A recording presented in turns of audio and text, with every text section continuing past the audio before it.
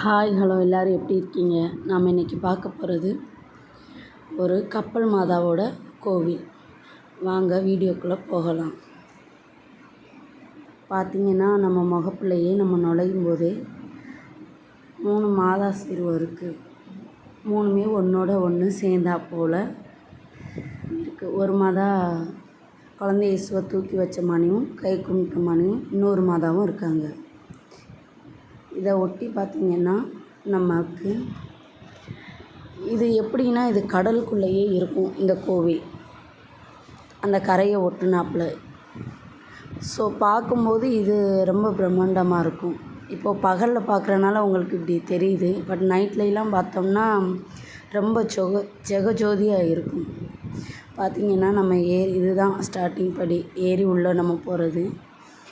படியே பார்த்திங்கன்னா நல்ல விலகுன்ன மார்பிள்ஸால் போட்டிருப்பாங்க. அதுக்கப்புறம் நமக்கு மேலே போய் ஏறி பார்க்குற மாதிரியும் படி இருக்கும்.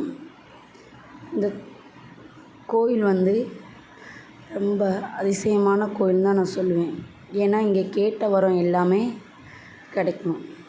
கண்டிப்பாக எல்லோரும் ஒரு நேரம் இந்த கோயிலில் ப்ரேயர் பண்ணிட்டு போங்க. இதுதான் பீடம். இந்த பீடத்தை பார்த்திங்கனாலே தெரியும் நமக்கு. நிறைய இடத்துல டேபிள் போட்டிருப்பாங்க. இது நல்ல மார்பிள்ஸ் போட்டு நல்ல கல் போட்டு நல்லா இருக்குது. ரொம்ப சூப்பராக இருக்குது. இதுதான் மாதா. இவங்க தான் செல்வ மாதா. நாங்கள் இதை எங்கள் ஊரில் கப்பல் மாதா கோயில் தான் சொல்லுவோம். ஸோ ஆனால் இது செல்வ மாதா கோவில். பார்த்திங்கனாலே தெரியும் உங்களுக்கு எவ்வளோ சூப்பராக இருக்குன்னு. இதில் பார்த்திங்கன்னா இந்த தூண்லாம் ஒவ்வொரு நாட்டுடைய பேர் இருக்கும். நெதர்லாந்து, இந்தியா, ஏமன், ரஷ்யா அப்படின்னு கப்பலில் இருக்கிறது போல் ஒவ்வொரு தூண்லேயும் ஒவ்வொரு நாட்டோட பேர் இதில் குறிச்சிருக்காங்க. இதுதான் மேலே இதோட வியூ. பார்த்திங்கன்னா தெரியும் நமக்கு. இது கடற்கரையை ஒட்டியே வரும். இந்த கடற்கரையுமே ரொம்ப நல்லாயிருக்கும். ஏன்னா நல்ல தூண்டி வேலி போட்டிருப்பாங்க. சூப்பராக இருக்கும். பார்த்திங்கனாலே உங்களுக்கு தெரியும்.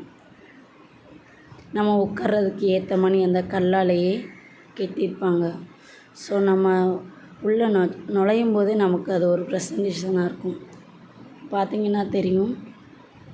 இதுதான் அந்த பூஜை அறைக்கான பொருட்கள் எல்லாம் இருக்கிற இடம். இங்கே தங்குறதுக்கான எல்லா வசதியுமே இருக்குது. ஸோ யாருனாலும் நம்ம தங்கி இருந்துட்டு போகலாம். ஸோ எந்த வசதிக்கும் குறைவு இல்லை. ஸோ அதனால் கண்டிப்பாக எல்லாருமே நீங்கள் விசிட் பண்ணி பாருங்கள். இதுதான் அது வெளியே தோற்றம்.